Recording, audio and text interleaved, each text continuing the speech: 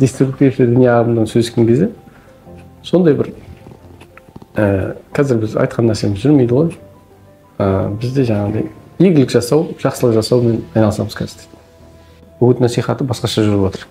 Қазір андай игілікпен өзі келіп сұрайтындай, өзі келіп маған үйретші дейтіндей игілік жасайды. Практикамда бар. Өкінше мына құрық елді мекенде сондай болып жаңағыдай қарапайым енді екі жаққа әлі де ой басқаша болып енді келіп жүрген жамағат. Сол жамағатты мысалға дерті өкілдері умра сыйлайды. Сөйтеді, енді сыйлық берген деген соның несі ғой. Сыйлық береді, сол сөйтеді, соның несіне қарап, өзі қолын көтеріп бастап. Уже соның бір атрибуттарын жасап жүрген көріп, таң қалдым.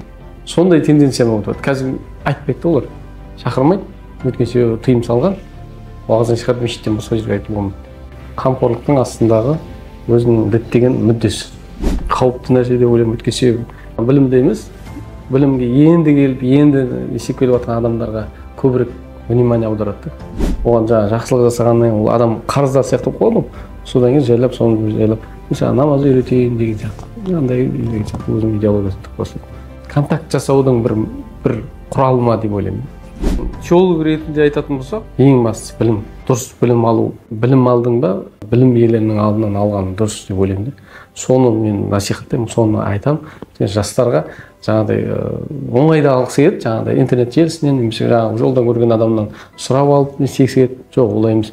Маман иесінен сұраған дұрыс. Маман иесі бұл нәрсенің барлық бүге шүгесінен жілігін шаққан, ол нәрсенің қалай өрбейтінін, болашақ қалай жүретінін біледі. Сондан сұраған дұрыс деп ойлаймын. Сол арқылы адам адаспайды. Шетелден келіп жатқан мультиктердің өздері өлтіріп жатқанын көресіз, бір қиын мәселелер көресіз. Соны өскен бала соған дайын тұрады. Үш биіміз бар ғой. Үш биіміздің өзі дәстүрмен сабақтастырып төрелік жасаған.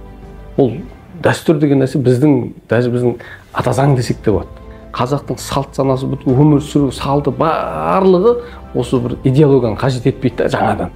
Сол бір керемет бұрынғы біздің қазақ ағамыздың кәдімгі бір-бірімен жақсы қарым-қатынастағы, бір-біріне жылы, бір-біріне лебіз білдіретін сондай бір өте ұйымдасқан, осы ұйыған дейікші, ұйыған бір қазақ халқын жоюға арналған мына радикализм мәселесін, қазақ халқының ынтымағын жоюға мақсат еткен осы радикализмді біз тоқтатуымыз үшін біздерге жаңа иммунитет қалыптастыру керек.